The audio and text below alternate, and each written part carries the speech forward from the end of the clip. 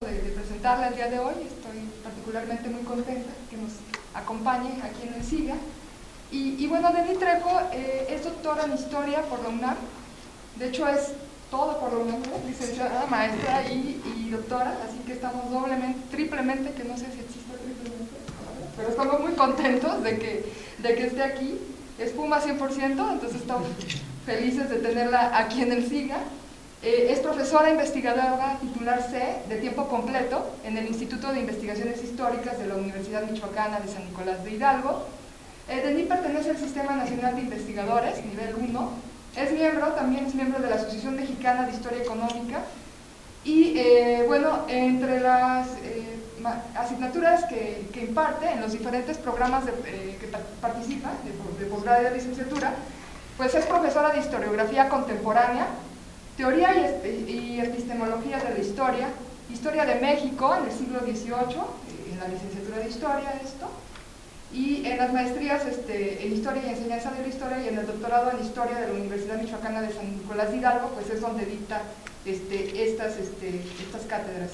Ha impartido docencia en la Universidad Nacional Autónoma de México, en el Instituto de Investigaciones Sociales José María Luis Mora, conocidos por todos como el Instituto Mora, la Universidad también Autónoma de Baja California Sur, también ahí ha impartido docencia la doctora Trejo, y en la Universidad Michoacana de San Nicolás de Hidalgo, que como les he mencionado forma parte del cuerpo académico del Instituto de Investigaciones Históricas desde el 2002 y hasta el día de hoy. Ha dirigido al menos 20 tesis de licenciatura y de posgrado. Entre los proyectos de investigación que trabaja la doctora Denny Trejo, destaca el comercio marítimo y formación portuaria en el Golfo de California, siglos XVIII y XIX, representaciones sobre el desierto y el mar en la antigua California, cartografía de la región californiana, siglos XVIII y XIX, y comerciantes y viajeros marítimos en el Pacífico. Denny es autora de numerosas publicaciones en revistas especializadas, libros y capítulos de libros en temas sobre el noroeste de nuestro país, específicamente lo que se conoce como las Californias, ¿no? Baja California, San Blas, y vaya que son muchas publicaciones porque por aquí traigo otro currículum donde trataba de resumirlas y pues no, así con letra muy chiquita y al 10 pues se llevan 2 cuartillas al menos, entonces me di a la tarea mejor de agruparlas por temas y bueno, de entre los temas que trabaja y lo que ha publicado tanto en revistas, les decía, especializadas como en libros y capítulos de libro, pues bueno, está el tema de historia regional muy presente en su obra, comercio marítimo, crecimiento demográfico, un tema fascinante que es el desierto y el mar en el proceso de poblamiento en la Baja California, la cartografía histórica también en las Californias, habla también en algunas de sus publicaciones sobre intereses económicos y los intereses imperiales, todo casi circunscrito en el periodo virreinal, aunque en algunos de ellos habla un poco, ¿no?, del periodo virreinal, el trabajo de Denny.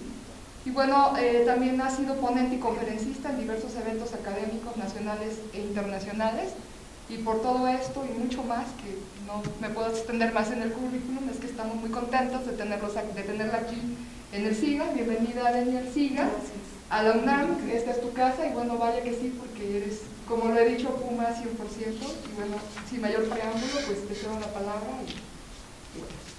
Gracias, pues te agradezco mucho, América, la presentación y la invitación a esta charla, a esta conferencia, que me informaste o me dijiste que estaba circunscrita dentro de un seminario en el que se trabaja esta relación entre espacio-tiempo. De ahí que estuve pensando un poco sobre cómo podría trabajar un tema que pudiera caber o en el que de alguna manera se reflexionara también esta relación entre espacio y tiempo. Entonces, de ahí que decidí el título y el contenido de la charla pensando en los usos del mar. Realmente debería decir las representaciones y usos del mar entre los antiguos habitantes de Baja California en el siglo XVIII. Y como subtítulo le puse simultaneidad de experiencias culturales distintas, aunque merecería una aclaración. Simultaneidad porque diversos grupos culturales coincidieron en el siglo XVIII digamos, en este territorio, en este espacio que es la península californiana. Sin embargo, no quiero confundir con que hablemos de simultaneidad como si estuvieran paralelos y no coexistieran, y en esa coexistencia hubiera habido relaciones de poder muy duras, muy difíciles, que culminaron con la desaparición de uno de los grupos, el indígena, obviamente, que eran los cazadores recolectores de Baja California, de la península.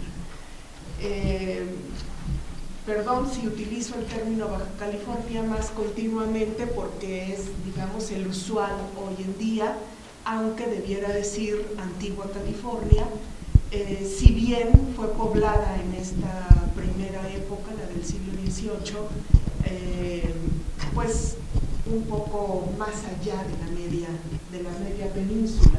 Aquí, digamos, para irnos situando, a ver si me explico.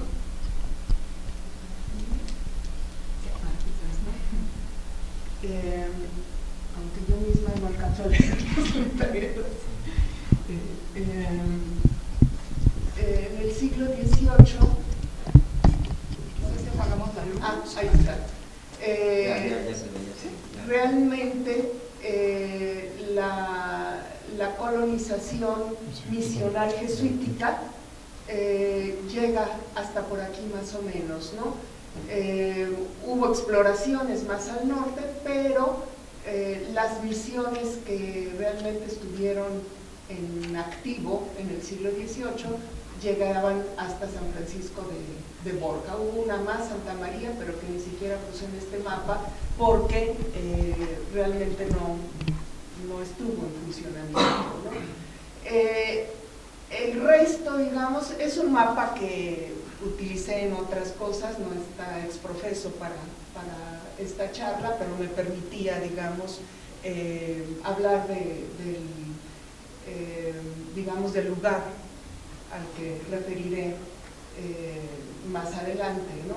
Entonces, en la segunda mitad del siglo XVIII se empiezan a fundar las otras misiones que van a conformar lo que conocemos para el siglo XVIII como la Alta California, que es, digamos, todas estas, ¿no? De 1768 en adelante, después de la expulsión de los jesuitas, ¿sí? Pero yo me referiré fundamentalmente a lo que fue la colonización de los jesuitas, ¿sí?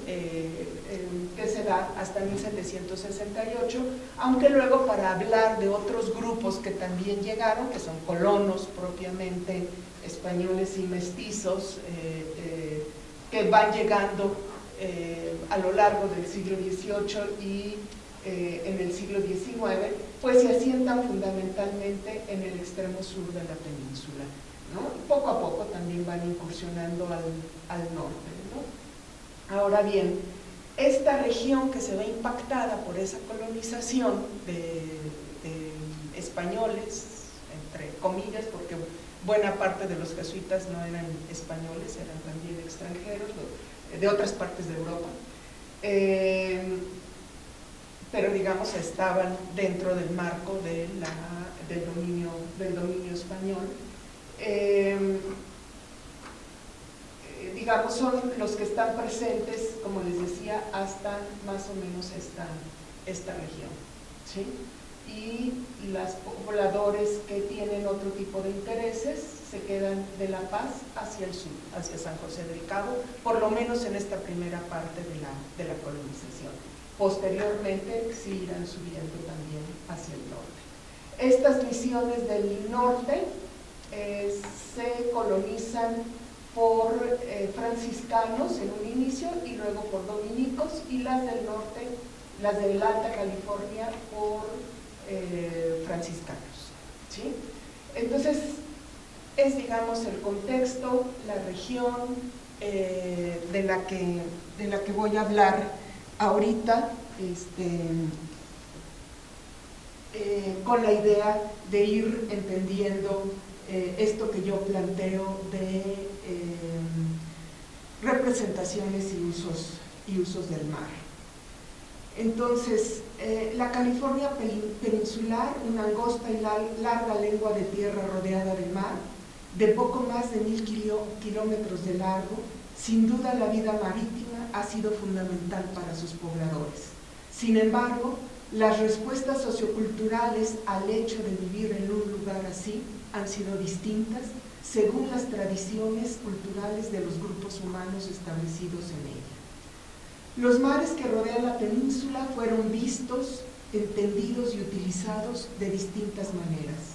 Para los cazadores, recolectores, pescadores que habitaron el brazo peninsular desde hace unos 10 a 12.000 años hasta la llegada de los españoles, fue un proveedor natural de alimentos y un medio para transportarse entre las islas y la costa peninsular.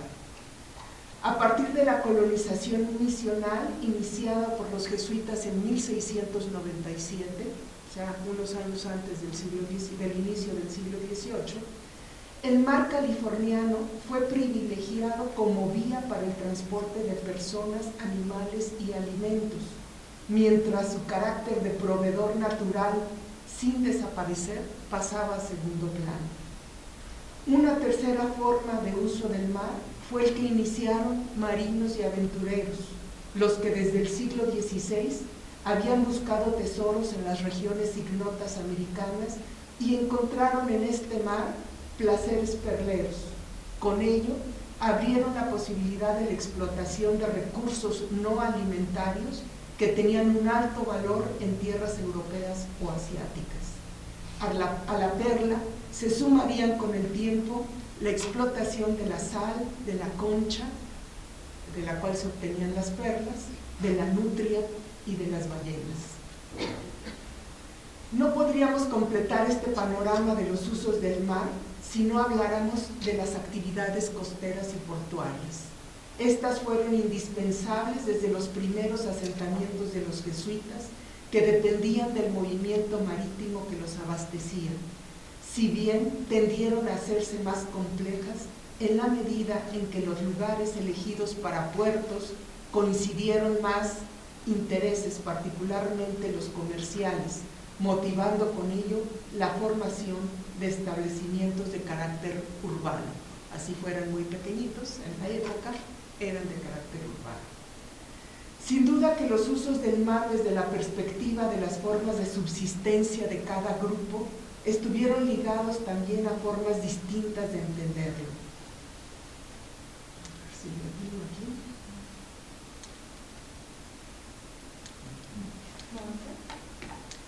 Para darle al que sigue. A ver, déjame.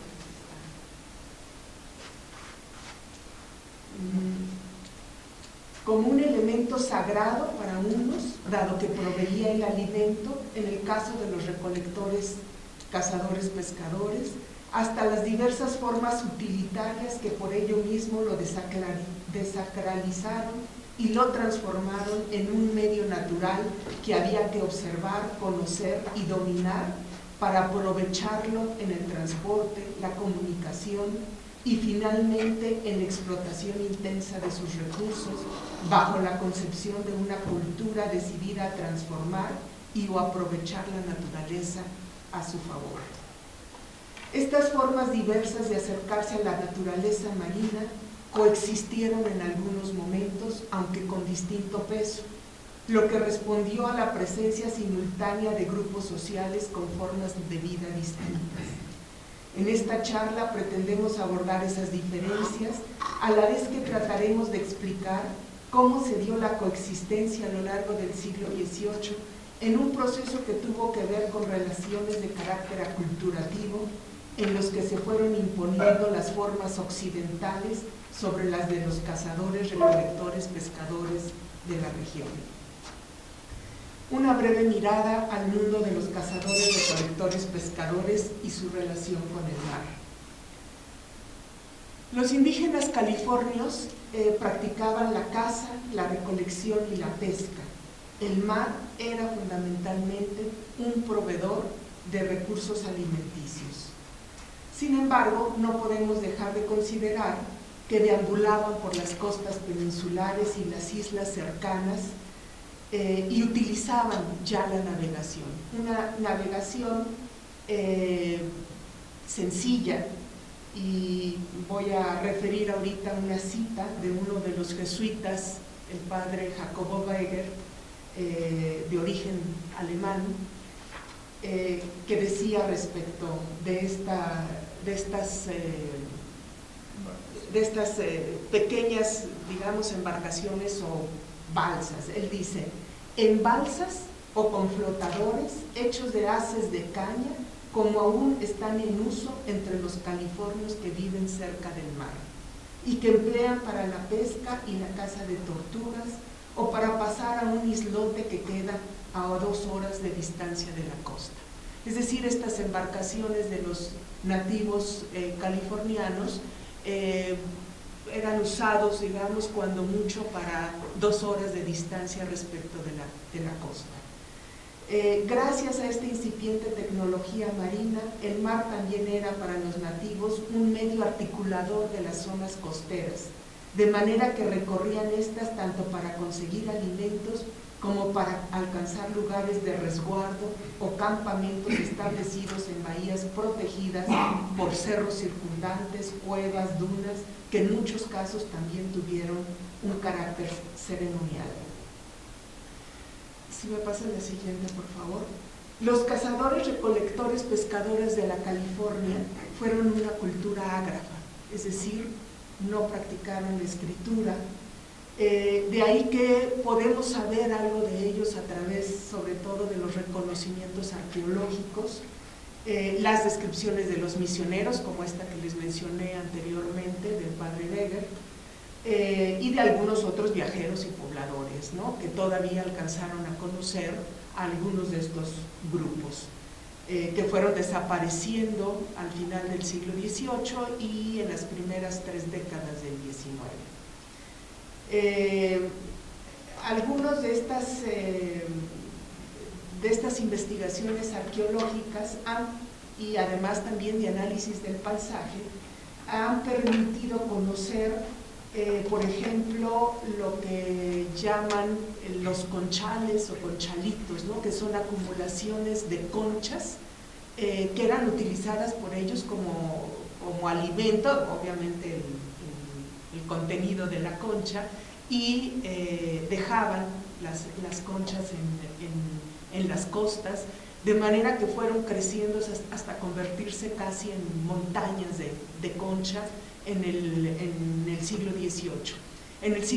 A principios del siglo XIX, comerciantes europeos, cuando conocieron estas montañas de concha, decidieron llevárselas como lastre, así es que muchas de ellas desaparecieron en el siglo XIX, porque decidieron comercializarlas en Europa para la manufactura de botones y otro tipo de elementos, ¿no?, para la industria textil en Europa, ¿no?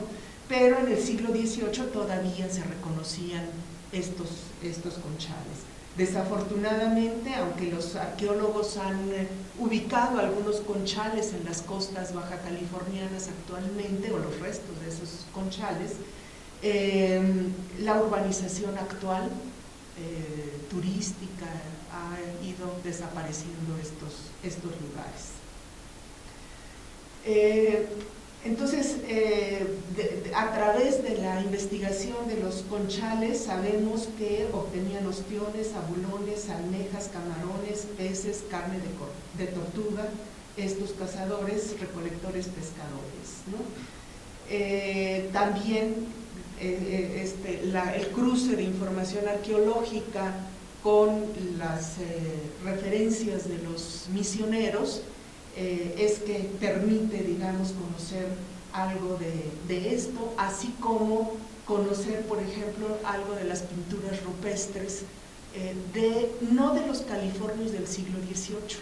Estas pinturas rupestres fueron elaboradas muchos siglos antes de los cazadores recolectores del siglo XVIII.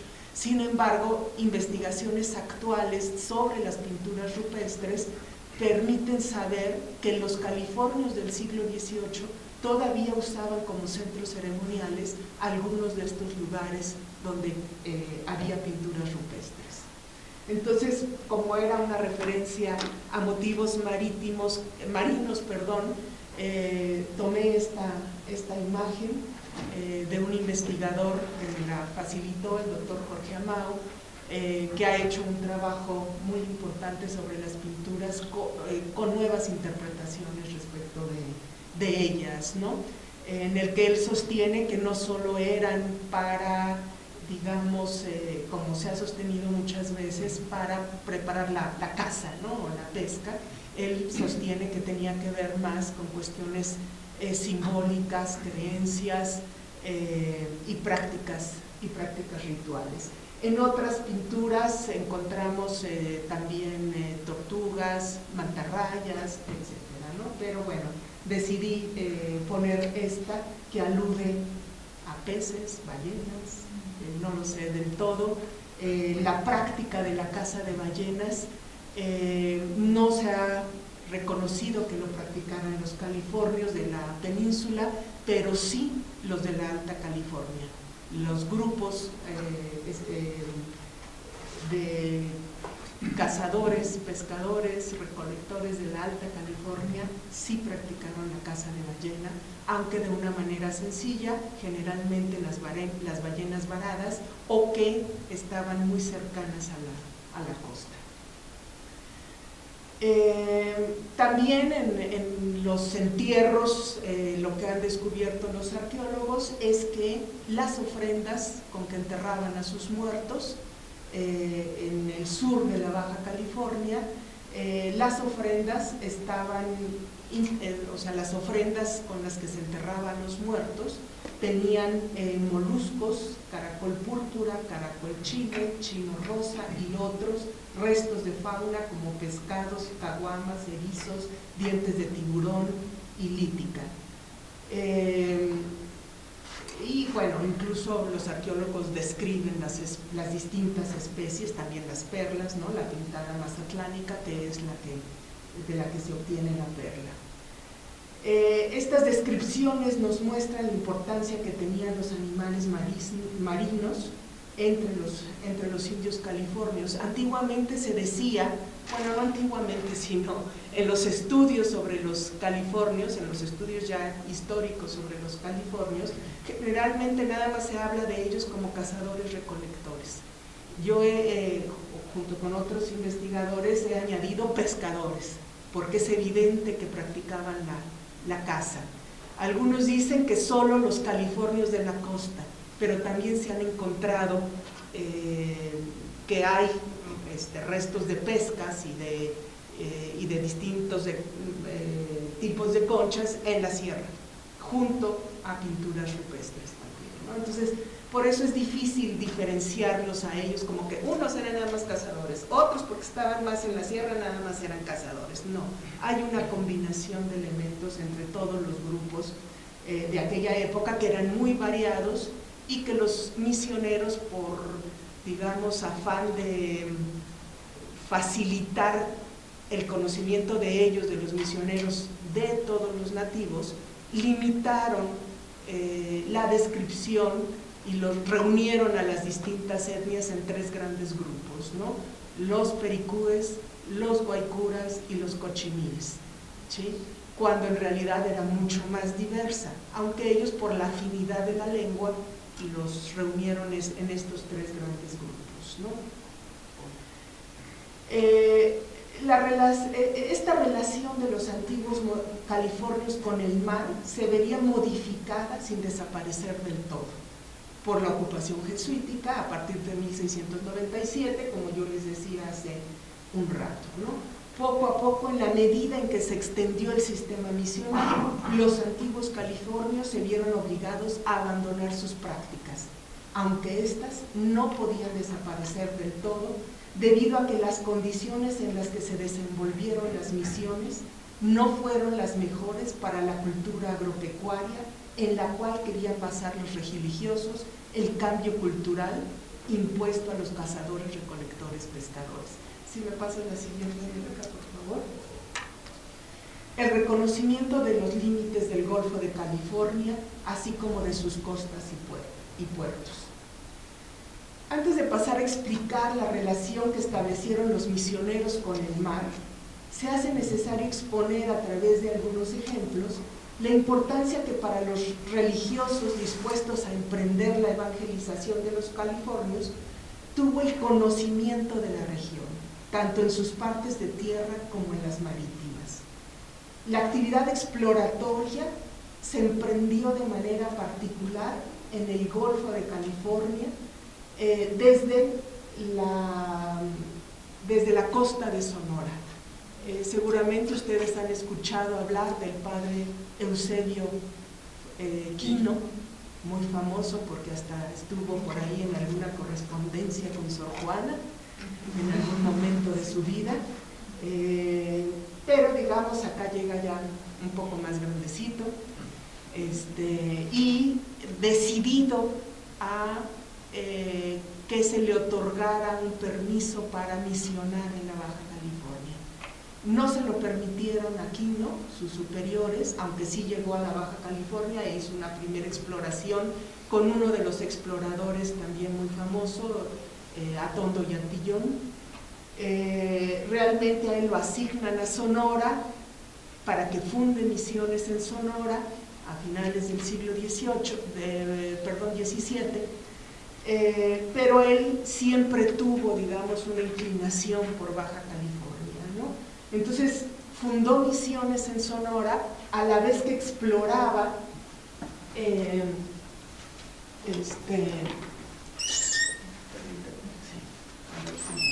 no, siempre me cuesta trabajo. Sí. Entonces, ¿dónde? Aquí. Funda aquí misiones y luego explora hasta este lado. Pero su mayor orgullo era haber descubierto que realmente ya se había sabido en el siglo XVI y XVII que la península era península, pero luego vino como un desconocimiento, una vuelta atrás, y se decía que la California, a lo largo del XVII, se dijo que la California era una isla, y se sostuvo hasta que Quino insistió en que no, que él había descubierto este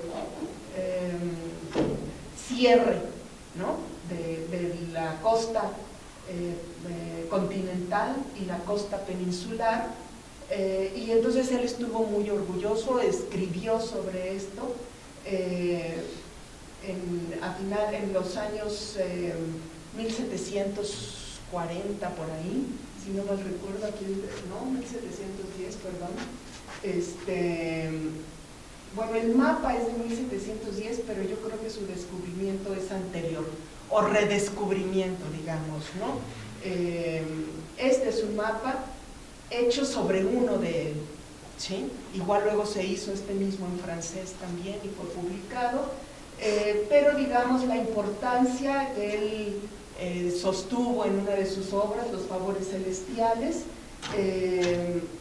es, digamos, el descubrimiento de que era una península, ¿no? Él, de cualquier manera, sí logró explorar parte de la península con Atondo y Antillón al principio del siglo XVIII. Después del padre Quino, hay otras exploraciones. Yo mencionaré también, si le pones el siguiente mapa, por favor. Perdón. Así quieres. Ya.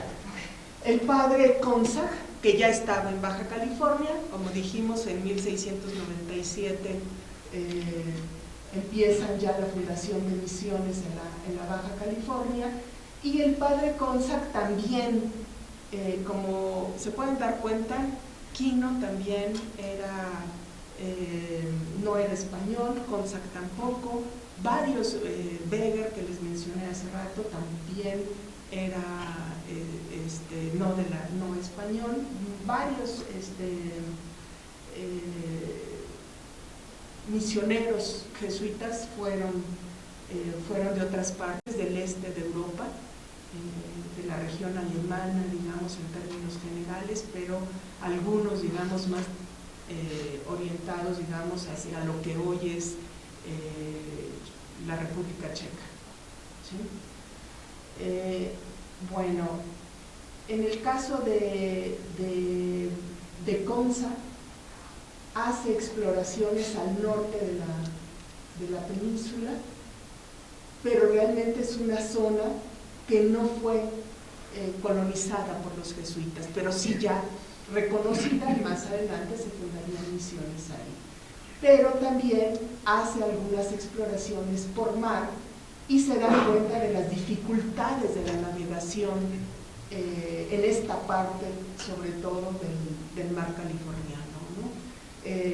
Era para ellos, para estos exploradores, era bastante difícil la navegación marítima en ese entonces. Por ahí tengo una cita de otra exploración que se hace, creo que por ahí de 1720, ya con una primera embarcación construida en la península. Esa balandra, esa embarcación, se llamó el Triunfo de la Santa Cruz, obviamente pues atendiendo, digamos, a esta colonización religiosa, que sirvió para explorar tanto al sur, hacia la región de La Paz, de lo que hoy conocemos como el puerto de La Paz, como hacia el norte. Y las descripciones de lo que sufren en las navegaciones es bastante emocionante. Ha de haber sido muy difícil, sobre todo si les agarraba un mal tiempo. No quiero cansarlos con los pequeños relatos que yo he incorporado, pero algunos de ellos sí fueron bastante difíciles de sobrellevar para los religiosos que hacían estas exploraciones. Ahora, ¿por qué se hacían las exploraciones? Querían reconocer el territorio, obviamente, saber, digamos, las distancias, reconocer los mejores parajes para fundar misiones, ¿sí? Y de hecho empezaron a fundar misiones en este tipo de, algunos de ellos en este tipo de exploraciones, ¿no? Por ejemplo, cuando finalmente se decide la fundación de La Paz, ahí se funda una misión, se hace un reconocimiento marítimo, hay una exploración tanto por mar como por tierra, y ambas llegan a esta bahía que hoy se llama Puerto de La Paz, y cuando van por mar van de isla en isla, y ahí reconocen a algunos de los grupos de cazadores recolectores isleños, que le llaman así los misioneros, quienes ya tenían de hecho algunos conocimientos de lo que eran los españoles. ¿Por qué? Porque ya desde el siglo XVI había habido exploraciones marítimas en el Golfo para la búsqueda de placeres perleros. Les llamaban placeres perleros a estas zonas donde encontraban algunos de estos exploradores un lugar específico donde había, digamos,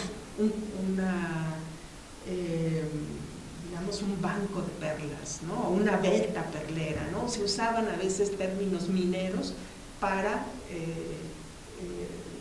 referir, ¿no?, los lugares donde estaban las perlas. Entonces, en ese reconocimiento de la Bahía de La Paz encuentran indígenas que ya les piden embarcaciones a los misioneros, porque ellos ya habían utilizado barcos, pequeños barcos que les habían regalado los armadores de perlas, ¿no?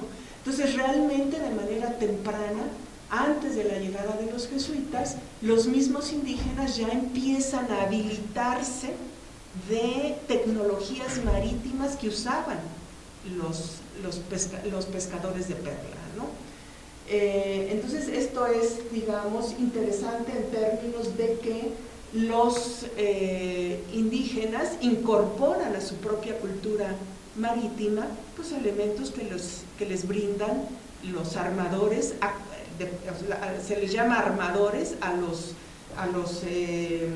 marinos y capitanes de embarcaciones que habilitaban un grupo de embarcaciones para la búsqueda de perlas, ¿sí?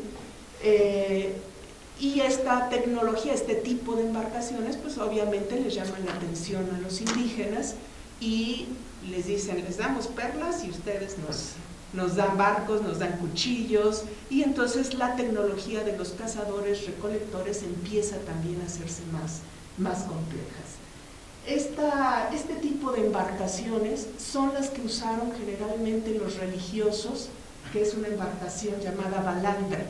Hoy en día, si alguno conoce algo de la península del sur, sabe que una de las playas más codiciadas para los turistas se llama balandra.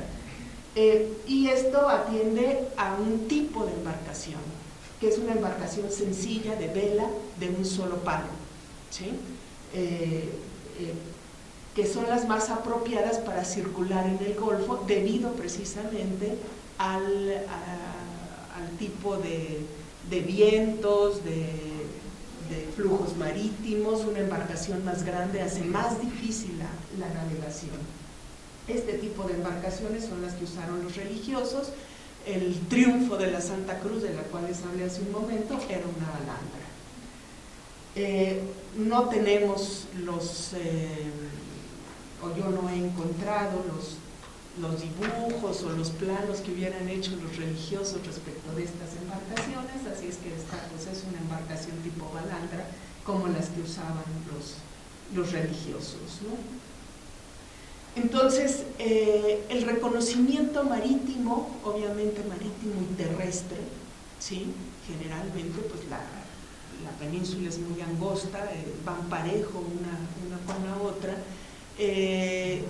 sirvió para reconocer las dificultades de las travesías marítimas, pero también para la fundación de las misiones y reconocer dónde estaban los indios que ellos querían evangelizar. Cada fundación de misión tenía que ver con la presencia de indígenas y con la presencia de aguajes. De hecho, los indígenas, si había indígenas es porque ahí había algún aguaje, ¿no? Alguna forma, digamos, de manantial o de estos subterráneos, manantiales subterráneos, que son escasos en la península, u oasis, ¿no? Pequeños ríos donde se fundaron misiones que daban al mar y que se les llamó, o que se les ha llamado oasis peninsulares, como en San José del Cabo, como en Mulegé, donde hay este tipo de características que permitían la vida de los indígenas y permitieron también la de los misioneros.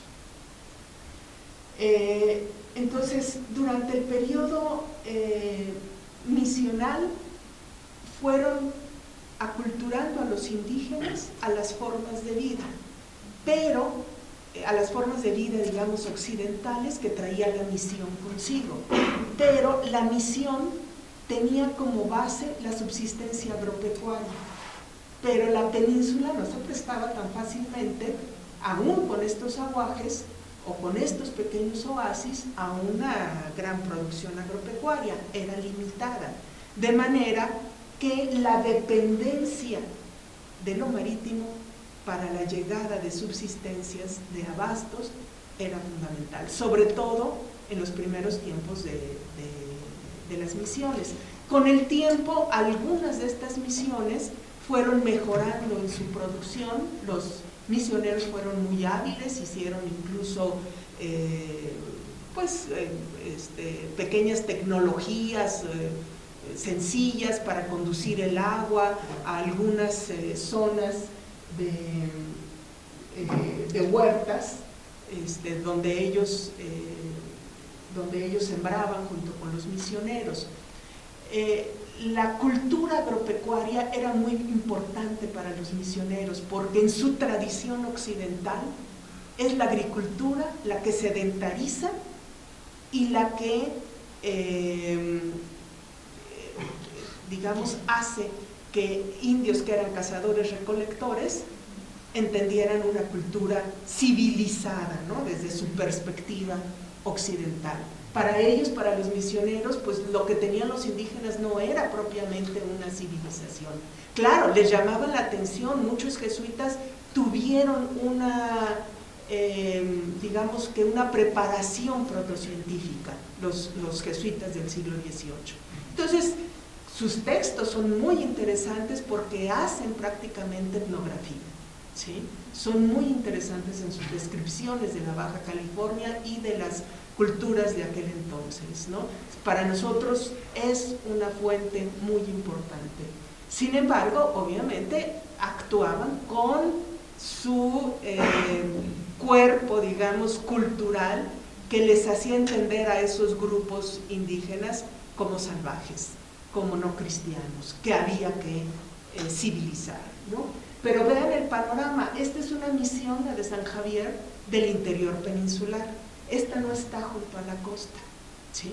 Entonces, imagínense hacer cultivos en esa región. Hasta la actualidad subsisten todavía algunas de esas pequeñas huertas en la misión de San Javier, pero son pequeñitas, ¿sí? Imagínense que estas misiones tenían que dar pozole, porque esa tradición la traen los misioneros a la Baja California. En la Baja California no existía el pozole, pero la traen los misioneros porque es su manera de hacer dependientes a los indígenas bajacalifornianos de un tipo de alimento, ¿sí? Entonces, traen ganado, evidentemente, para echarle algo de carnita de vez en cuando al pozole, ¿no? Y claro, los indígenas se hacen dependientes del pozole, pero es curioso porque los indígenas van a rotar por la misión de vez en cuando para garantizar su subsistencia una semana o dos, y luego los misioneros los echan fuera y les dicen váyanse al monte a seguir sus cacerías, y llega otro grupo a la misión, o sea, es por tandas. Entonces realmente los modos de vida de los indígenas, esta cacería, recolección y pesca, no desaparece. Al contrario, también los misioneros y luego algunos colonizadores, sobre todo en épocas de hambruna, de sequía y de que no llegaba el barco con subsistencias, pues aprendieron de los indígenas a cazar, a recolectar y a pescar. Entonces, vean que la culturación tiene dos sentidos, ¿sí? Es en uno y en otro sentido. Sin embargo, es claro que el poder está en los misioneros, que llevaban soldados también, aunque los soldados estuvieron en un inicio al servicio nada más de la misión. Cuando llega Gálvez en 1768, les dice a los jesuitas, se les acabaron los soldados gratis, ahora somos nosotros el poder, ¿no? El poder civil, cívico-militar, digamos, ¿no? Civil-militar, con la reforma borbónica. Entonces, el abasto de estas misiones, algunas podían más o menos sobrellevarlo con sus propias producciones, pero para otras misiones no era tan sencillo. Entonces, la dependencia del mar continuó. El abasto llega por mar, ¿sí? En estas balandras y algunas goletas y algunos otros tipos de embarcaciones también. Llegó a haber sobre todo la nao de Filipinas, es la que se ve ahí al fondo. Esa es la misión de San José del Cabo, en un dibujo del padre Ignacio Tirsch, también era, digamos que de habla alemana, pero prácticamente de la República Checa, ¿no? Sus dibujos están en la Biblioteca Nacional de Praga. Son muy atractivos por el colorido, pero si se dan cuenta, pues es una visión bastante feliz de la misión, ¿no? Pero da cuenta de alguna manera de lo que pudo ser una misión que sí contaba con un poco más de agua, porque tiene un arroyo, la misión, hasta la fecha, la misión de San José del Cabo, más bien la población de San José del Cabo hoy en día. Ahí paraba la nao de Filipinas, de vez en cuando, no siempre, y muchas veces para dejar enfermos más que para dejar bastimentos, aunque sí hubo algún intercambio, ¿no? Por lo cual fueron muy cuestionados los jesuitas, porque se consideraba que eso era contrabando, ¿sí? La nao de China o de Filipinas solo tenía permiso de dejar mercancía en Acapulco, era el puerto habilitado. Entonces, según eso, estaba prohibido que lo hiciera en los puertos altacalifornianos, cuando ya se fundaron allá presidios y misiones, como en el de San José del Cabo. Pero de cualquier manera, la nao necesitaba también abastecerse de agua, de alimentos frescos, y la misión de San José hizo esa labor muchas veces, así como atender a los enfermos que dejaba la nao, ¿no? Se puede hacer un análisis obviamente de imagen, de iconografía en este tipo de dibujos, no me voy a detener en ellos. Obviamente hay una proyección de Ignacio Tirsch de pues el mundo de vida europeo en los personajes que ahí vemos, y realmente pocos indígenas. Por ahí, si uno hace un acercamiento, se ve algún poblador más oscuro, no sabemos si negro o realmente indígena, ¿no? Están los soldados, hay mujeres, seguramente esposas de los soldados, ¿no? que estaban asignados a la misión de San José. Tirsch, al igual que Beger, que mencioné hace un rato, y que Miguel del Barco, fueron misioneros que estuvieron hasta el final cuando son expulsados, ¿sí? Por eso es que estos dibujos están en Praga, aunque se cuestiona y no se sabe con claridad si los hizo estando en la península o los hizo ya en Europa, ¿no? Es un cuestionamiento que se hacen los estudiosos checos sobre la vida del padre Tirsch, que era un grupo de investigadores que se ha dedicado a estudiar los dibujos del padre Tirsch.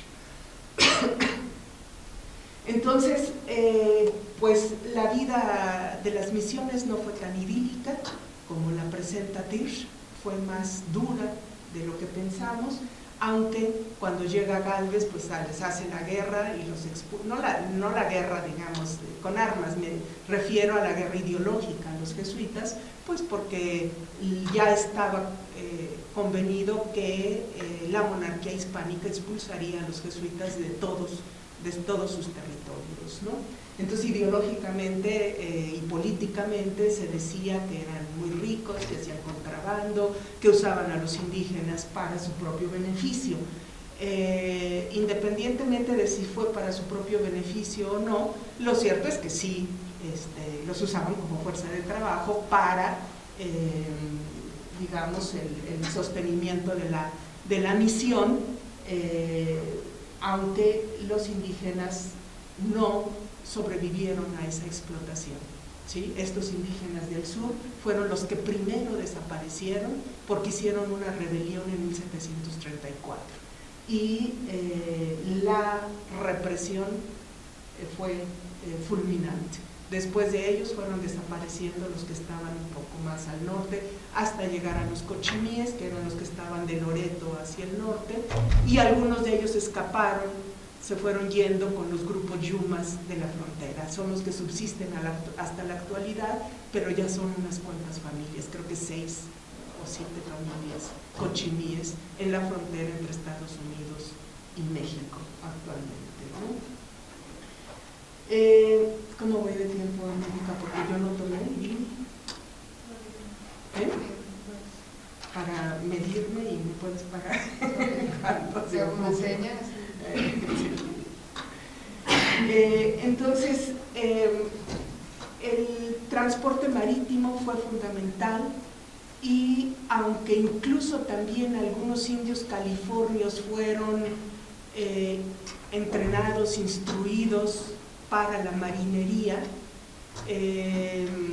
No fue, digamos, el conjunto de indios californios, sobre todo fueron los que estaban en Loreto, o los asignados, digamos, a lo mejor se llevaron de distintas misiones indios hacia Loreto, y ahí fue donde se les instruyó para la marinería. Pero realmente no fueron todos los indios californios, y los que se mantuvieron en sus distintas misiones, pues no sobrevivieron por la dificultad de sostener sus formas de vida, por el trabajo exhaustivo en las misiones, en actividades a las que ellos no estaban acostumbrados, y por el encierro que significaba vivir en una misión, separados hombres de mujeres, vestidos, cuando ellos, como les puse la primera imagen de un californio con un pescado, que está desnudo. Esa era la forma natural de andar de los indios en aquellas regiones, y con las misiones se les vistió, se les separó, y además se les quitaron a los hijos para la instrucción que querían realizar los misioneros de carácter aculturativo. Y luego, bueno, la represión por la rebelión de 1734, todo eso contribuyó a la desaparición de los californios. Pero no fueron los únicos indígenas que estuvieron en este mismo momento. También hubo indígenas llevados a la Baja California.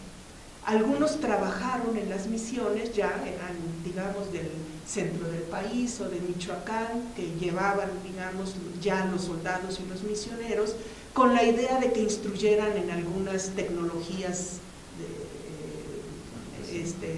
artesanales, de madera, de cestería. Hay algunos elementos de ese tipo en la Baja California que seguramente quedaron, digamos, ahí como tradiciones culturales llevadas por indígenas de otras regiones de México. Pero no es claro, digamos, que fueran grupos de indígenas, sino fueron indígenas aislados, o indios filipinos también quedaron en la península. Pero a los que me quiero referir es a los yaquis, los indios llevados de la costa de Sonora, junto con los alimentos que abastecían a las misiones, para trabajar cuando fue declinando la población indígena nativa baja californiana.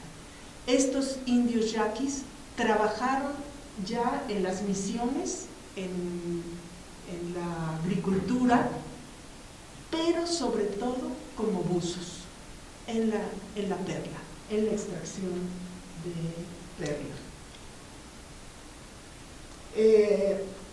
El mar y sus regalos, así decía Miguel del Barco en su descripción de lo que ofrecía el mar baja californiano a sus ojos y a la gente, digamos, que decidía explotar algunos de estos regalos, ¿no?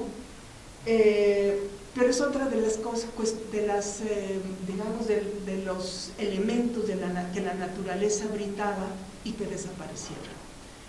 Claro, la perla no desapareció en el siglo XVIII, desapareció al principio del siglo XX. Sin embargo, fue explotada con mano de obra yaqui, que eran los mejores buzos que tenían los armadores, estos, digamos, empresarios que armaban sus embarcaciones para el buceo o pesca de perla, ¿no? Como ellos lo llamaban.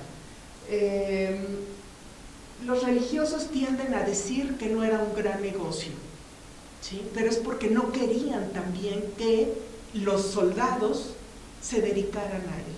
Sin embargo, los soldados no eran muy obedientes de los misioneros, y claro que también participaron de la explotación de perla, y algunos de ellos se capitalizaron con la perla y después se dedicaron a la minería en la Baja California. En el sur de la Baja California hay una pequeña zona minera, y le explotaron exsoldados del presidio de Loreto, que eran los asignados a los misioneros, a acompañar a los misioneros. Entonces, primero se dedicaron a la pesca de perla, y luego ya a la minería cuando habían obtenido algo de capital. La salina explotada desde la época colonial era otro de los regalos de los cuales habla el padre Miguel de Barco en su crónica. Era la salina del Carmen, está en una isla situada enfrente de lo que fue el presidio y misión de Loreto, digamos que un poquito más abajo de la media península.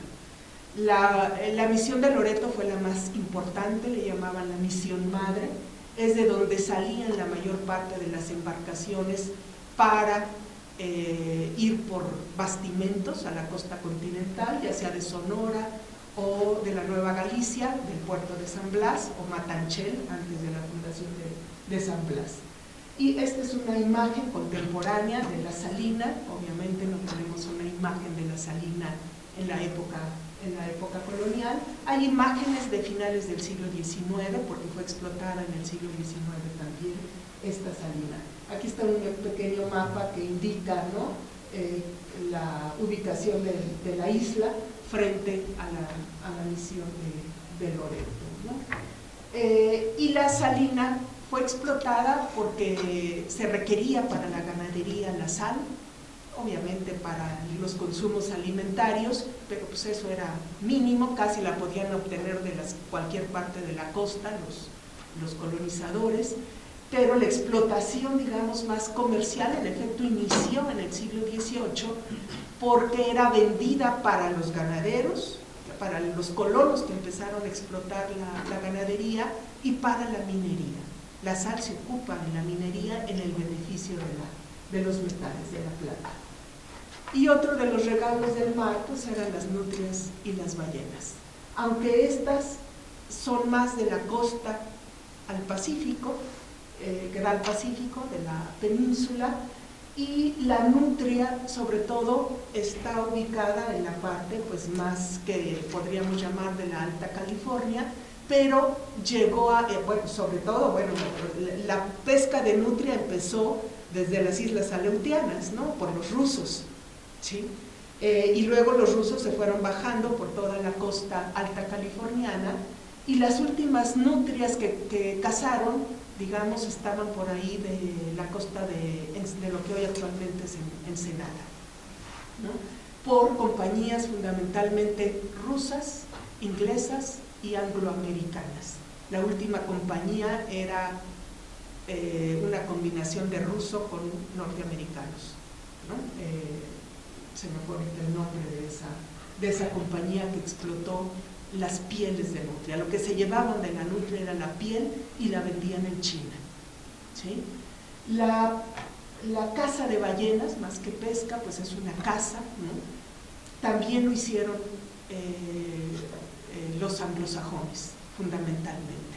Hubo también algunos otros europeos cazando ballenas en el Pacífico, pero fundamentalmente eran compañías de ingleses en la caza de ballenas.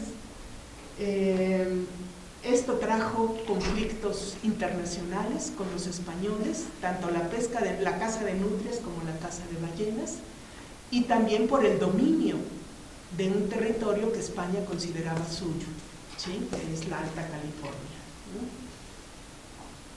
Pero bueno, a mí lo que me interesaba destacar aquí es que vemos, ¿no?, una simultaneidad de usos del mar y sus recursos combinada, en los que de alguna manera, pues sí, los perdedores de este proceso fueron los indios cazadores, recolectores, pescadores, que prácticamente desaparecieron, ¿sí?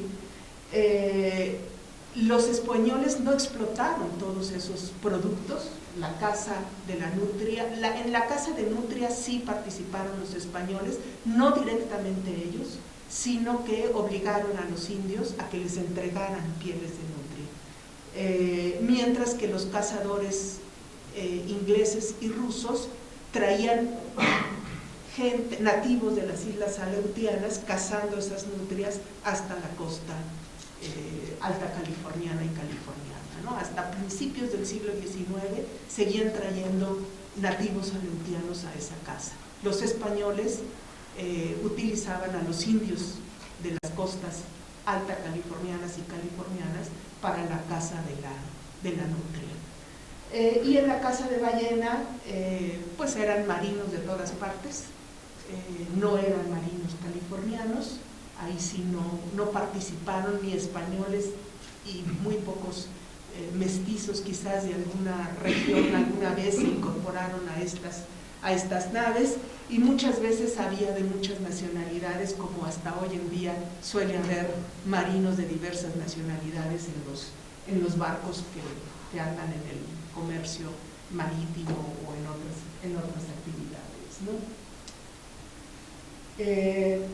Entonces, es esta simultaneidad de actividades a las que yo me quería referir: culturas diversas, aculturación, sometimiento, aunque también no quiere decir que los españoles, sobre todo que llegaron como misioneros o a misionar o en el acompañamiento militar, no hubieran aprendido de los indígenas prácticas que requerían para su propio sostenimiento en un territorio semidesértico, ¿sí? Y cuyos recursos, digamos, de agua no eran suficientes para el abastecimiento de una cultura agropecuaria como pretendían los españoles. Digamos que en términos de la ganadería sí fueron autosuficientes. A finales del siglo XVIII se habían reproducido las vacas y toros que habían traído y se habían vuelto cimarrones. Pero los cazadores recolectores realmente cazaban a las vacas o toros que se encontraban por ahí en el camino, y muchas veces fueron sancionados y reprimidos por eso. Pero a principios del siglo XIX, todavía bajo el régimen colonial, los colonos, ya no misioneros, sino los que empezaban, los antiguos soldados, etcétera, que se quedaron a vivir, pedían permiso para cazar vacas y toros que ya se habían vuelto cimarrones, y los vendían a los anglosajones, que querían cueros y baquetas para la actividad marítima, para también guardar cosas como correas, etcétera. Entonces era un gran negocio para algunos pequeños hacendados. En Baja California no hubo grandes hacendados de ganado, pero eran, digamos, llegaron a hacer negocio con los anglosajones en la venta de estos cueros, de estas vacas cimarronas y de este ganado cimarrón en general, que se había extendido por toda la península. Esto llegó a ser tan buen negocio que también este ganado tendió a desaparecer en las primeras décadas del XIX, ¿sí? Porque se vendía a los ingleses, que incluso hacían sus pedidos para otra temporada, ¿no? Bueno, les encargo 800 cueros de res para el próximo año que voy a pasar por aquí con mis ballenas, ¿no? O algo así, ¿no? Me imagino. El negocio de los cueros también fue muy importante en esa época en la península. Pues dejo hasta aquí la charla, porque pues me gustaría más bien que si ustedes tienen algún comentario, pregunta, con mucho gusto, pues me gustaría platicar con ustedes sobre lo que he podido reconstruir de estas actividades marítimas y de los usos del mar y sus representaciones de este territorio peninsular. Muchas gracias. Muchas gracias.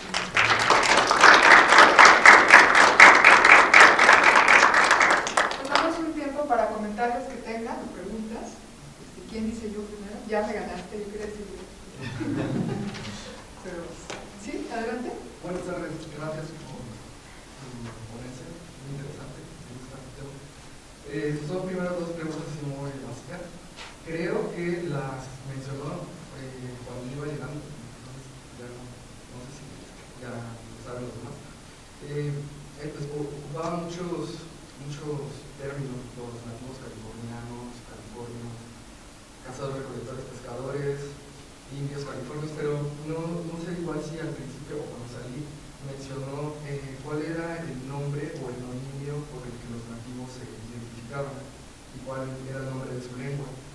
Y algo que sí alcancé a escuchar cuando iba llegando es de que mencionó que había algunos grupos de familias que todavía existían, creo que en la actualidad. Entonces habla de este pueblo, de este grupo. Entonces la pregunta es, ¿aún hay grupos que se autoadscriben a este pueblo y si no, cuándo desaparecieron? Mira, voy a empezar por el final. De las familias que existen, digamos, que tienen un origen muy antiguo, son los cochimíes. Y están en la zona fronteriza, digamos en la región de Ensenada, más o menos, y son binacionales, ¿no? Como muchos otros grupos indígenas mexicanos que vivían en el norte, cuando la separación y el trazo de la línea, a ellos se les concede la posibilidad de seguir transitando porque eran seminómadas, ¿no? ¿Y este nombre de cochimíes era asignado por sus actividades? Mira, los religiosos hicieron esta distinción. No tenemos muchos elementos para poder abundar en la diferencia que había de grupos dentro, por ejemplo, de la familia cochimí. O sea, las grandes familias étnicas de las que hablaron los misioneros son los cochimíes que estaban de Loreto hacia el norte, más o menos, ¿sí? Otra familia era entre Loreto y La Paz, y le llamaron Guaycura. Y, digamos, del sur de La Paz hacia San José del Cabo, los pericúes. ¿Sí? Voy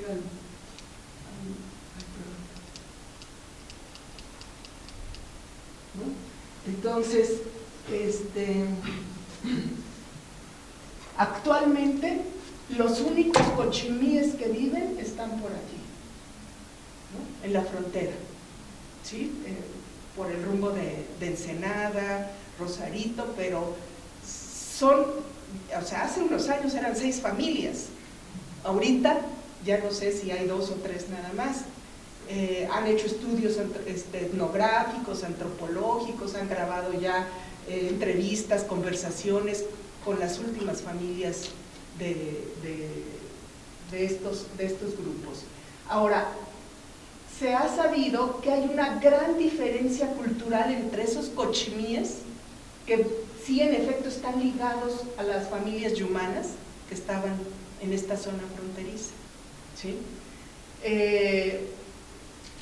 Que son los que reconoció Quino también en sus incursiones, ¿no? Entre Sonora y Baja California, ¿sí? Entonces hay una gran diferencia entre esos indios cochimíes con los guaycuras, que digamos estaría, aquí está Loreto.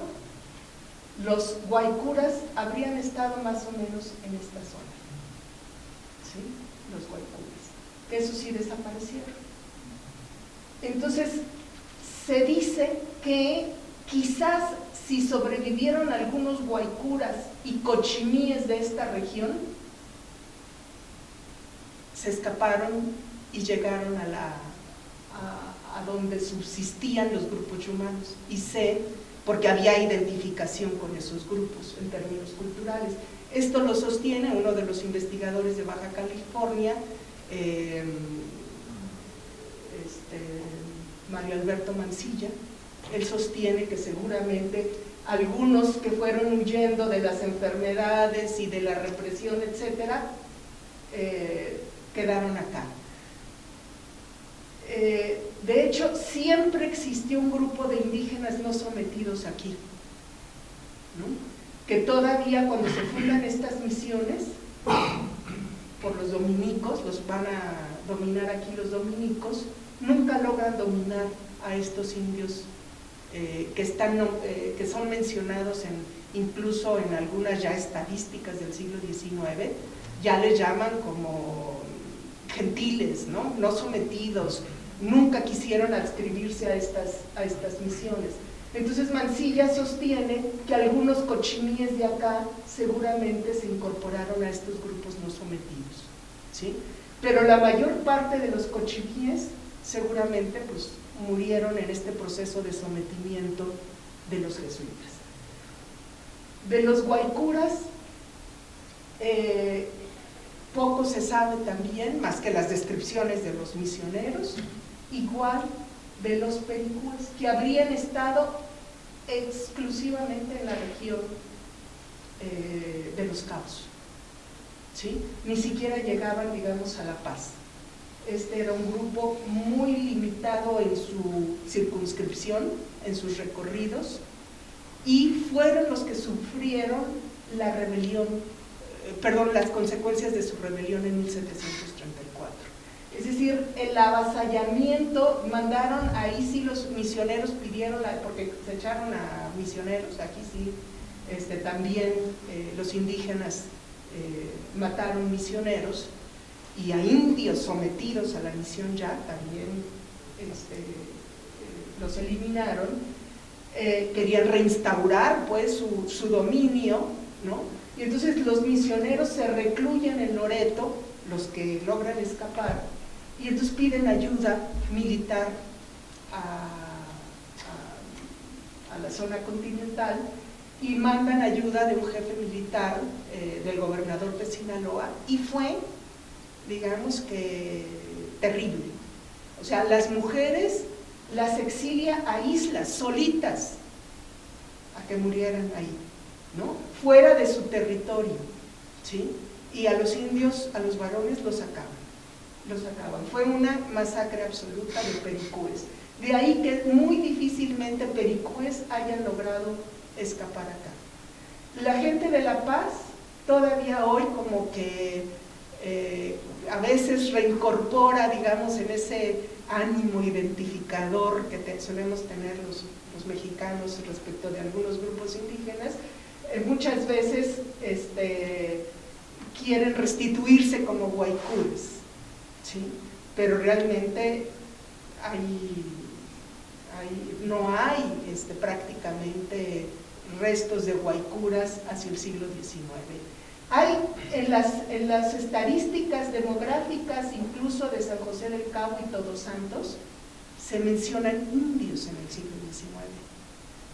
Pero mi hipótesis, o lo que yo he planteado, porque yo hice el estudio de estas misiones a principios del siglo XIX en un estudio demográfico de hace años, yo sostengo que ya eran indios chaquis, que ya traían ya algunos colonos que se fueron apropiando de las tierras misionales. Estos colonos, se siguieron adscribiendo como colonos de misión, pero porque les convenía, no eran indios ellos, ya eran colonos que habían llegado de Sinaloa y Sonora y que pidieron tierras a Gálvez. Desde 1768 empiezan a pedir tierras y con tal de ir eliminando el poder misional, reparte tierras Gálvez a colonos, ¿sí? Y estos colonos traen indios, ya no son los indios, estos ya los habían masacrado en 1734. Entonces tuvieron que ser, además hay una tradición yaqui muy fuerte en la península, en la parte sur. Entonces es muy probable, aunque no se menciona de qué etnia son, que ya fueran indios yaquis los que llegaron a trabajar las tierras de San José, de las huertas de San José, de Todos Santos, y en La Paz hay barrios de yaquis hasta la actualidad, ¿sí? Barrios que sí se sabe su ascendencia yaqui, ¿no? Y que además también en los censos del siglo XIX dicen ser buzos, o sea, trabajaban ya en las islas, en la pesca de perla, para empresarios que venían generalmente de la costa de Sinaloa y ya de empresarios comerciantes de La Paz también, ¿no? Que se empezaron a asentar a partir de 1830 aproximadamente en La Paz. Entonces los grupos, como los identificaron los misioneros, son pericúes, guaycuras y cochimíes, pero ellos mismos mencionan que dentro de cada grupo hay diversos grupos, pero que más o menos hablan la misma lengua. Pero ellos reconocen que había diferencias, ¿no?, lingüísticas en cada uno de esos grupos, pero hoy en día tenemos muchas dificultades pues, para reconstruir eso. Aunque bueno, sí hay gente, digamos, más especializada en lingüística que ha hecho ya algunos intentos por reconstruir algunas cuestiones de las lenguas originarias a partir de lo que traducen los misioneros, o sea, el Padre Nuestro, el cochimí sobre todo. El cochimí es la lengua que tiende a sobrevivir más, porque como Loreto era muy importante, ahí los misioneros lograron reconstruir un poco más la lengua cochimí. Lo poco que se conoce de lenguas indígenas es casi de la lengua cochimí, o de una de las variantes seguramente de la lengua cochimí.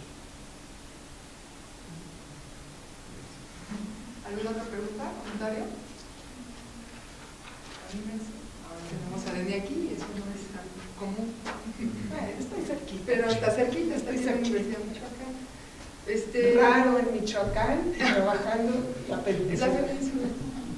Yo sí tengo algunas, eran dos, pero ya ahora son tres preguntas. Y bueno, primero pues felicidades por tu presentación, que estuvo extraordinaria, me gustó mucho. Pues sin duda eres un especialista, yo creo que quien más sabe de esta región. No soy la que más sé, sí, pero bueno, sí lo eres, pero es algo. muy modesta, así que bueno, lo voy a decir yo, tú no lo vas a aceptar. Bueno, pues muchas felicidades por ello. Y bueno, a mí me gustó mucho cuando presentaste la fotografía de la misión de San Javier, el señalamiento que hacías respecto a las características geográficas, y me gustó porque bueno, pues estoy ya en los últimos años más que me volví una historia como más en las cuestiones geográficas, y pues eso, ¿no? Resaltar la importancia del medio geográfico que te posibilita o te impide de la proliferación de las actividades que quieras, ¿no? Sea ganadería, sea agricultura, y bueno, tú lo señalabas, y me parece muy interesante pues como lo estás planteando, ¿no? O sea, que, bueno, pues, no era posible, o sea, basta como que veamos la foto y te des idea de las condiciones de semidesierto que nos estás platicando, ¿no? Eso por un lado. Por otro, algo que también me llamó mucho la atención de lo que dices de esta culturación y que planteas que va en dos sentidos. Y ahí yo te quería preguntar, este ir en dos sentidos que tú detectas es porque se trata no necesariamente de colonizadores españoles, que son otro tipo de europeos, digamos, o no tiene que ver. No, Esa culturación en dos sentidos tú la podrías pensar para todo el territorio del reino. ¿Sí? Porque cuando lo mencionabas, ¿sí? ¿Tú crees que sí? Sí. Porque decías, bueno, es que les pedían a los nativos, por ejemplo, los cuchillos, no sé si de obsidiana o de qué, pero había como un intercambio, ¿no? Sí, no, los nativos pedían cuchillos a los... yo entendí que los colonizadores a los nativos. A los marinos. Ya. Okay. Les pedían perlas. Les pedían perlas. ¿Pero quién a quién? Los colonizadores. Los marinos les pedían perlas. A los nativos. Y los indios pedían cuchillos o barcas. Y se van apropiando de esa tecnología bélica. Claro, así es. Y ya la tercera... No necesariamente bélica, Bueno. Porque, bueno, también había guerras entre los indios, territorios, etcétera. Pero piensa que un cuchillo para un cazador es fundamental. Claro. Y que en efecto antes lo hacían con lítica, ¿no? Y que de pronto que les llegan con estos cuchillos ya con metal, empuñadura, etcétera, para ellos resultó muy atractivo, ¿no? Y bueno, ya la tercera pregunta, ahora que volvías a presentar el primer mapa, es que en esos centros mineros que estás afectando ya muy al sur de Baja California, ya cercano a La Paz, ¿no? Entonces entre San Javier y San José del Cabo, pues lo que hay en medio de ese vasto territorio, pues en cuanto a actividades, pues son la minería, ¿no? Veo San Javier y luego los centros mineros de San Antonio y Santa Ana, hacia el sur, y las misiones de San José y Todos Santos. Esas misiones y La Paz, ¿crees que sí hay una relación directa con la actividad minera? O sea, es decir, existen las misiones con la finalidad de llevar a los indígenas, de congregarlos, o de reducirlos o de atraerlos a estos centros mineros para poblar, ¿no? Pero ese poblamiento o ese abastecimiento de lo que se dé ahí, es decir, de que si se lleva a cabo la actividad agrícola, ¿no? Y la ganadería con fines de abastecer a los centros mineros, o sea, ¿detectas esa relación que hay? A ver, hay un problema ahí. Cuando llegan los misioneros no hay mineros, ¿no? Se establecen las misiones y hay una población de soldados con los misioneros que empiezan a conocer el territorio, se dan cuenta que hay perlas. La zona de La Paz fue una de las ricas en perla y la de Mulegé acá, ¿no? Y luego también en sus incursiones y exploraciones junto con los jesuitas se dan cuenta que hay minas de plata, ¿sí?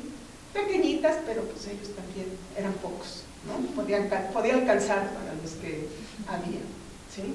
De hecho fueron 2 individuos los que inician la minería, que primero incursionan en la perla y luego en la minería, ¿sí? Y eso empieza la minería alrededor de 1740 y tantos, ¿sí? Las misiones inician con el siglo, 1697. O sea, estuvieron solitas durante un buen tiempo las misiones. Entonces, cuando les renuncian algunos soldados, pese a que ellos prohibieron, y se vienen a explotar las minas, en efecto, estos mineros empiezan a exigirle a los padres que les apoyen con alimentos, ¿sí? Ellos empiezan a traer, son los primeros que traen yaquis, bueno, junto con los perleros, ¿no? Traen yaquis al trabajo de minas.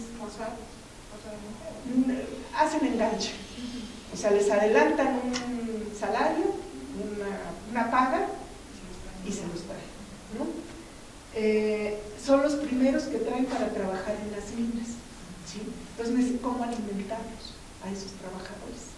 Entonces, tenían que ir por abastecimiento acá, pero ellos se dan cuenta que San José y todo, son de las misiones con mejores condiciones. San José, Todos Santos, Mulegé, son las mejores porque tienen arroyos, ¿sí? Son los oasis de Baja California, ¿no? Entonces ellos empiezan a exigir a los misioneros alimentos para sus trabajadores, y ahí empieza un conflicto entre misioneros y estos primeros colonos dedicados a la minería, y va a haber pleito y muy fuerte, pero los misioneros muchas veces, por lo menos eso es lo que ellos dicen, se conduelen de los trabajadores que pues no tenían alimento. Entonces pues sí, les dan a veces un poco de maíz, el ganado no era tanto problema, era el abastecimiento de grano, ¿no? El maíz fundamentalmente. Entonces sí va a haber un conflicto ahí, y este conflicto se va a solucionar hasta que llega Gálvez, ¿sí? Siempre va a ser un estilo y afloja. Desde México tratan de obligar a los misioneros a que en efecto den abastecimiento a estos colonos, porque la política de la corona ya en el siglo XVIII era que sí, que las misiones no deberían de impedir el trabajo de la mano de obra indígena, y que debería de haber, digamos, intercambio, ¿no? Pero los misioneros, hay pleitos hasta legales entre los misioneros, por ejemplo, de Todos Santos con los mineros, ¿sí? Y el pleito se va a México y todo el rollo, ¿no? Pero los misioneros se mantuvieron firmes en darles poquito, porque ellos también tenían indios que alimentar, ¿sí? Entonces no fue un pleito sencillo, pero cuando llega Gálvez, pues se elimina a los misioneros, y a los franciscanos que llegan primero les dice: van a tener el control espiritual de las misiones, ya no el terrenal, y empieza a asignar a encargados de las misiones, que son un desastre, van a ser un desastre, ¿no? Los nuevos misioneros siempre se van a quejar de que ese control de esos encargados no es funcional, y lo que va a suceder es que se empiezan a repartir tierras que antes habían perdido. Como ya los misioneros no tienen temporalidades, como les llamaban, Entonces se empiezan a repartir entre colonos que eran generalmente antiguos soldados, que pues ya ven la posibilidad de tener una tierrita para sus familias, ya se han generado familias de los soldados, etcétera, ¿no? Y entonces también empieza a llegar gente que quiere alguna tierrita por ahí. O los marineros que se quedan también empiezan a querer algún lugar. Hay entre los primeros colonos de origen de muy distinto tipo, no solo de Sinaloa y Sonora, es la principal fuente, digamos, de colonización, pero hay centroamericanos, filipinos, entre las familias originarias, ¿no? De América Central, de Perú, ¿no? Que van llegando al final del siglo XVIII y principios del siglo XIX, ¿sí? Entonces, pues sí, el pleito por la tierra va a ser por las escasas tierras agrícolas. Realmente son huertas misionales, no son grandes extensiones de tierra por las que se pelean. Y decidieron esos colonos mantener el estatus de misión para no pagar impuestos, ¿no? Entonces siempre se siguieron como autonombrando como gente propia del lugar. No se decían indios exactamente, pero como si hubieran estado en la misión desde mucho tiempo antes, ¿no? No era tan claro eso, ¿no? Perdón, se me fue la otra. Te preguntaba de lo de la cuestión de la aculturación en dos sentidos. Ah, sí, eso es interesante, me parece importante.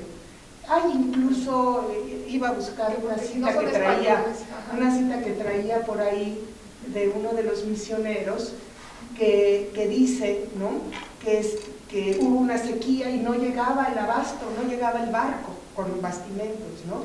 Y entonces dice, hemos tenido que dejar libres a los soldados para que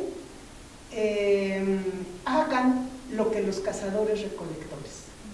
O sea, ya no están en el presidio porque se están muriendo de hambre y tienen que traer alimento a sus familias, los soldados, ¿no? Entonces los dejan libres para que vayan a cazar, pescar y recolectar como los indios, ¿sí? Entonces, y no es el único, esta cita que yo traía es del siglo XVIII, para el siglo XIX vuelve a haber ese tipo de reflexiones de gobernantes de la península, ¿no? Que no hay suficiente alimento. Por ejemplo, durante la Guerra de Independencia no llegaba el abasto, entonces la gente se está muriendo, la tierra no da suficiente, entonces hay que ir a cazar como los indios. O sea, eso es algo que se repite, ¿no? O a recolectar, ¿sí?, como los indios, y a pescar como los indios. Esto de la pesca es algo interesante que yo traía y se me fue realmente en el transcurso de la plática. Hay varios momentos en que los misioneros, algunos de ellos, por ejemplo del barco, dice, a mí lo del mar no me atrae, no me gusta, ¿no? Pero reconozco que hay muchas especies, o sea, tiene la observación, digamos, un poco protocientífica y describe, ¿sí? Pero a él no le gusta el mar, ni come del mar, ¿sí? Pero Wegener, el alemán, a él sí le gusta el pescado, pero él estaba en una de las misiones interiores, no me acuerdo si en la Purísima, de esas desérticas, completamente, casi, ¿no? Y entonces él dice, yo quiero pescado por lo menos para la Cuaresma, y entonces manda a pedir un pescado y le traen. O sea, no, las misiones vivían un poco de espaldas al mar, excepto, se supone que estas, que están junto al mar. ¿Por qué? Porque para ellos es muy importante la cultura agropecuaria, como yo les decía en un inicio, ¿no? Entonces, practican la pesca cuando no les queda de otra, ¿sí? Cuando hay una riqueza impresionante, y sobre todo en esa época, hoy nos podemos quejar que ya hay un abuso, ¿no?, de la extracción de recursos marítimos, incluso aquí en el acuario, no sé qué, ¿no?, mundial o algo así, ¿no? Dice. pero en esa época todo lo que debió haber, y por lo menos los misioneros como que muestran una representación de lo marino no tan cercana. Eso es muy curioso. A mí me extraña porque los españoles también tuvieron una cultura marina y marítima importantísima, pero algunos misioneros, por lo menos los que escriben, sí describen lo que hay, la variedad de peces y moluscos y tortugas y todo esto, pero no lo asumen como un alimento.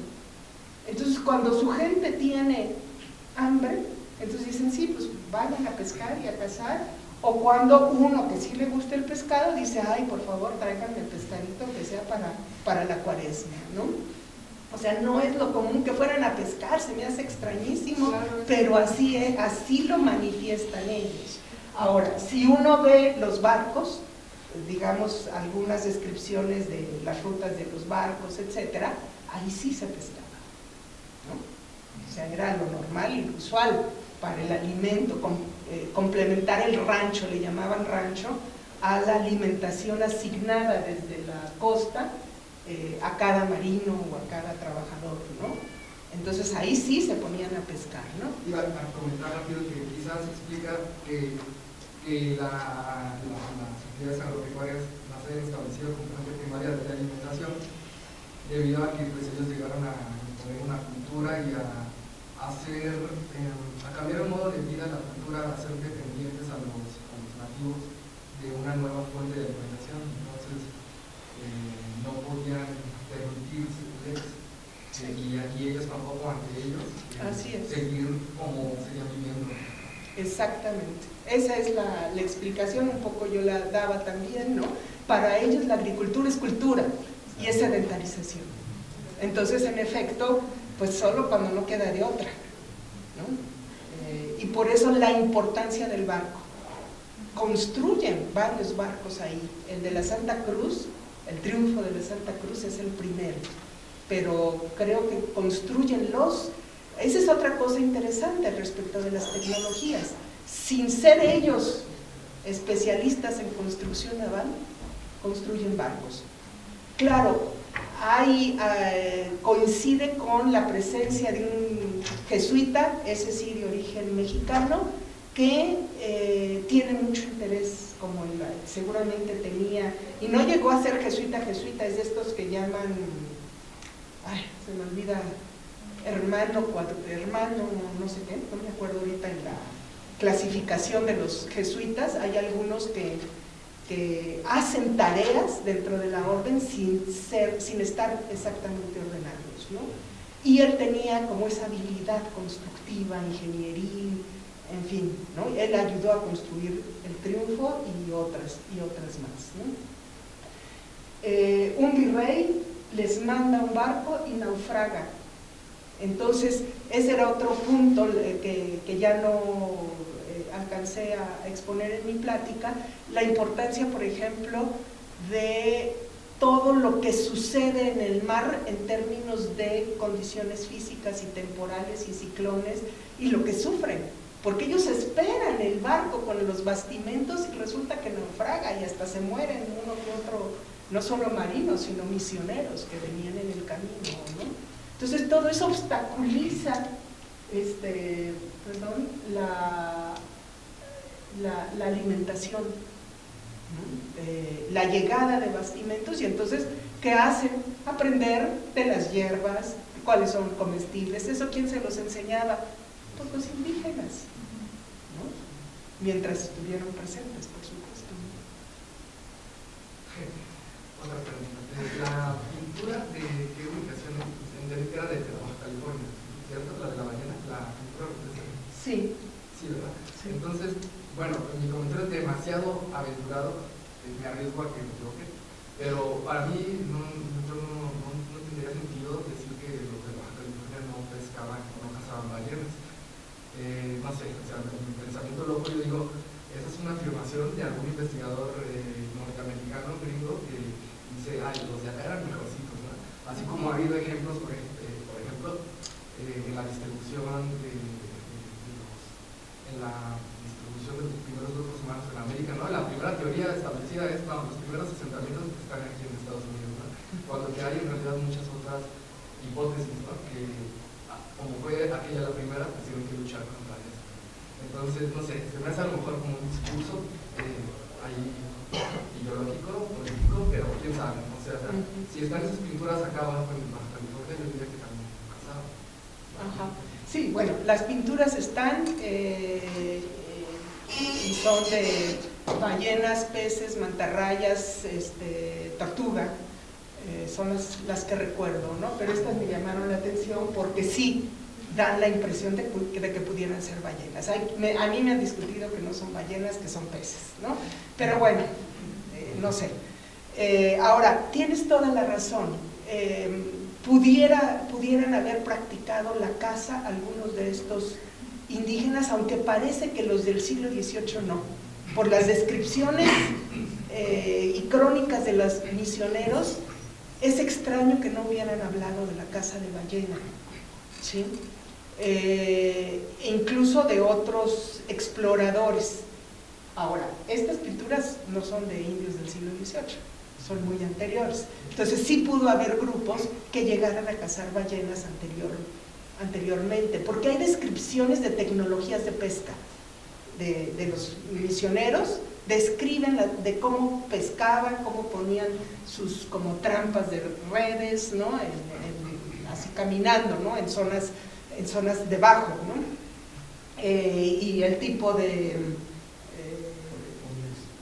lanzas con arpón, ¿no? Pero manuales, etcétera. Hay descripciones de ese tipo y yo no he hallado una descripción ni siquiera de una ballena varada, que creo que ahí sí hubieran, o sea, estoy segura que la aprovecharon. Si hubo ballenas varadas, seguramente la aprovecharon, ¿no? Entonces, no sé, no tengo muchos elementos para sostener que la hubiera o no la hubiera, pero creo que tienes razón, por lo menos en cuanto a ballenas varadas, que suele haber más hacia el Pacífico que en el Golfo, pero también en el Golfo. Ahora, lo que pasa es que en las poblaciones de la Alta California, en algunas de ellas, bueno, ya bastante al norte, no ni siquiera ya de la Alta California, sino de la zona de Nootka, de la isla de Vancouver, ahí sí hay, digamos que, vestigios de caza de ballenas de indígenas, incluso el tipo de embarcación que usaban, muy cercana a la costa, o sea, ballenas que lograban acercarse, entonces a darle contra ellas, ¿no? Y en sus tocados también, en sus especies de sombreros, traen, que son de una fibra, con otro color, con otra fibra, tienen el dibujo de la embarcación con una persona y la ballena más adelante y el arponero, ¿no? El arponero es fundamental en la caza de ballena en cualquier cultura, ¿sí? Ya sea de barquito chiquito, como es en estos de Nootka, como en otro, como en las sofisticadas, ¿no? La de los ingleses, etcétera, grandes embarcaciones y barcos, y donde van los arponeros, etcétera, ¿no? Y esto no lo hemos encontrado ni con digamos, la investigación arqueológica, pero sí creo que hubiera de ballena varada, el aprovechamiento de la ballena varada, porque con eso comían no sé cuántos meses, ¿no? Y el salamiento, secar al sol y el salamiento sí se usó para las conchas, y pescado, etcétera, de eso sí hay vestigio. Entonces es probable que por lo menos en ballenas varadas, no lo sé en cuanto a ir a cazar, no sé, no tengo conocimiento de que se haya encontrado algún registro en la parte peninsular, pero sí un poco más allá. Tengo dos preguntas y un comentario. La pregunta es, ¿qué nos puedes comentar de los Tucapá en esa época? ¿Hay algún registro de qué otras actividades además de la pesca tenían en esta zona del Alto Huerco. Ajá. No, realmente, bueno, están las descripciones, digamos, de Quino respecto de esa región y realmente sus comentarios ahí son más del tipo de conchas que tenían y le regalaban, ¿sí? Pero no de actividades más elaboradas o sofisticadas, y no, yo no he encontrado, porque todas estas crónicas no refieren esa zona. Sí, que no hay misiones, ¿no? Así es, ¿no? Entonces, algunas descripciones más tardías, ya de algunos colonos que se van a la frontera, hablan de estos grupos como rebeldes, pero a la vez en periodos en que incluso entran a misión, pero muchas veces asaltan la misión también. Es decir, su carácter de cazadores, recolectores, pero yo no he encontrado referencias a su actividad pesquera.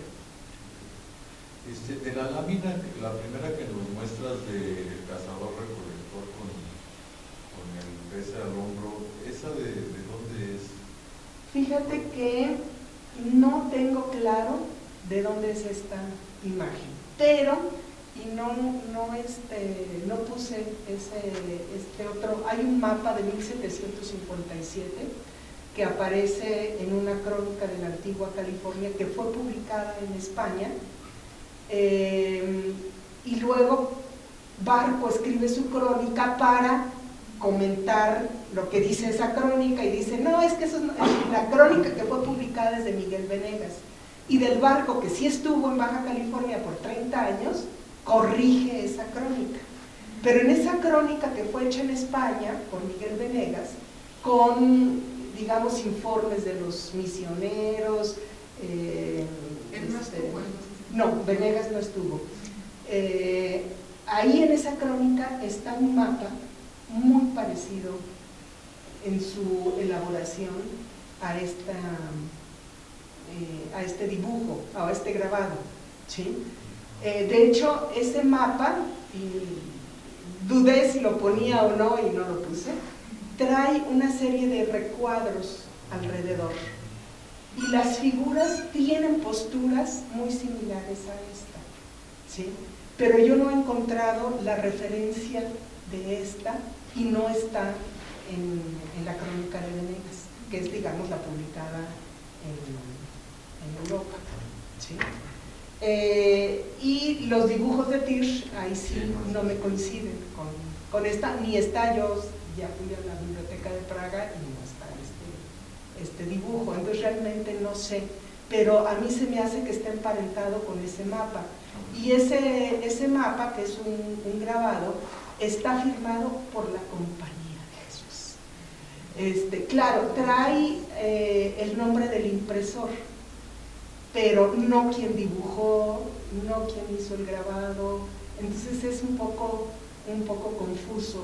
Y ese mapa, que es, digamos, de la compañía, de Venegas, era un jesuita, da la impresión como de estos son nuestros dominios en la California, ¿sí?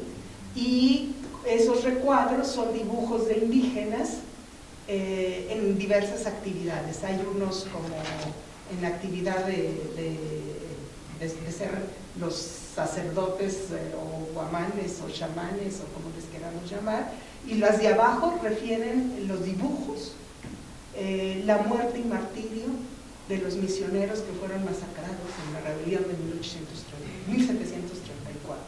Pero los que son de indios, las figuras yo las emparento un poco, me gusta mucho, pero no sé, y además me permitía hablar, ¿no? Pues claro que eran pescadores, no solo cazadores, recolectores, y sus arpones para la pesca, ¿no? Sí, y el último comentario es justamente sobre esta rebelión de 1734. Cuando yo conocí la misión de San José, me pareció muy curioso que en el portal de la misión está justamente un mosaico con la rebelión de los indios y cómo cuecen en una fogata al misionero, ¿no? Entonces, pero se me hace muy curioso que esté, digamos, en la iglesia, ¿no? Como, digamos, pues haciendo alusión a los mártires que ahí murieron en esa rebelión. Ajá. Sí, lo que pasa es que la misión fue reconstruida, no es la que existió en el siglo, Sí, no, la actual, siglo pues, XVIII. Entonces ya ese mosaico es, digamos, de nueva cuenta en estas actitudes de recuperar la identidad original, etcétera, pues se hace alusión a ese tipo de situaciones, pero pues ya no corresponde porque parece absurdo, de hecho, ¿no? Que en la propia misión se esté aludiendo a la rebelión que mató de esa manera a los misioneros con tanta hazaña, ¿no? O sea, es que también los indios la habían sufrido bastante, ¿no? Está pidiendo una última brevísima por favor. Sí, respecto a mi pregunta, la pregunta del etnonimio, porque hace poquito leí que empecé a revisar un libro y me di cuenta de que muchos de los nombres que nosotros nos referimos a las culturas, a los pueblos, no son los que ellos tenían. Ajá. Entonces, ahorita yo revisé y encuentro aquí que los cochimíes, dice que el libro es Los pueblos indígenas de México, Soya y Soya 2010. Dice que los cochimíes, su etnonimio, sí, es Mba. No, la verdad no lo sabía. Tampoco me he metido mucho al estudio de los grupos indígenas, probablemente, pero acuérdate que Cochimíes es prácticamente de la media península hasta la frontera. Entonces, difícilmente hubo una sola etnonimia. Seguramente hubo más. Hace 2 o 3 días le pregunté a una chica que trabaja con otomíes y le dije, oye, los ñañús, ¿no? Que ellos se autoadscriben como ñañús, y me dice, bueno, esos son los de Hidalgo, porque los del Estado de México, y me dijo de otra forma, parecida pero distinta, y los que están hacia Michoacán, de esta otra. Entonces, imagínate, Cochimíes seguramente hubo una variabilidad, pero conocemos tampoco que también tendemos a homogeneizar, ¿no? Puede ser, yo recuerdo esas voces también que son muy características de esa región, por ejemplo, Ibo. Ibo es el sol, ¿sí? En la cultura cochimí, por lo menos de la región de Loreto. Y uno de los elementos que sostiene este investigador que yo les decía, Jorge Amao, él hace una investigación tanto histórica como, digamos, de análisis de las pinturas rupestres, y a la vez él sí de los indígenas, de sus vocablos, de los que usaron con los misioneros, etc. Y cuando los primeros que llegan a Loreto bautizan a uno de los jefes indios, él se autodenominaba Ibo, ese personaje, ¿sí? Y no me acuerdo si le ponen Ignacio, como San Ignacio, etc. Creo que sí, ¿no? Ese es el nombre cristiano que le adjudican, ¿sí? Y muchos años después hay como un conflicto. Ese Ibo Ignacio ya era un viejitito a punto de morir, y creo que su nieto es el que está así como en conflicto y se vuelve a autoadscribir como Ibo, ¿sí? Esto lo describe Jorge Amao, y me parece muy interesante, ¿no? Porque yo creo que tenía que ver con su sentido de lo divino, ¿no? De la sacralidad que le daban al sol, de su presencia, etcétera, y él lo relaciona con una pintura rupestre. Es decir, de la vida de los indígenas en el siglo XVIII, en el momento en que están llegando los colonizadores, 2 generaciones después, con el nieto del primer bautizado, y las pinturas rupestres, ¿no? Es interesante, pero es muy difícil hacer ese seguimiento de algunos vocablos que se conocen, que han subsistido hasta la actualidad. y que no son muchos. Algunos están en las crónicas jesuíticas porque ellos sí incorporan algunos de estos vocablos, ¿no? Sobre todo de los cochinos. Pues muchas gracias por tu presentación, por todas las cosas que nos has dado, porque además está en el programa. Yo me quedé por ahí y está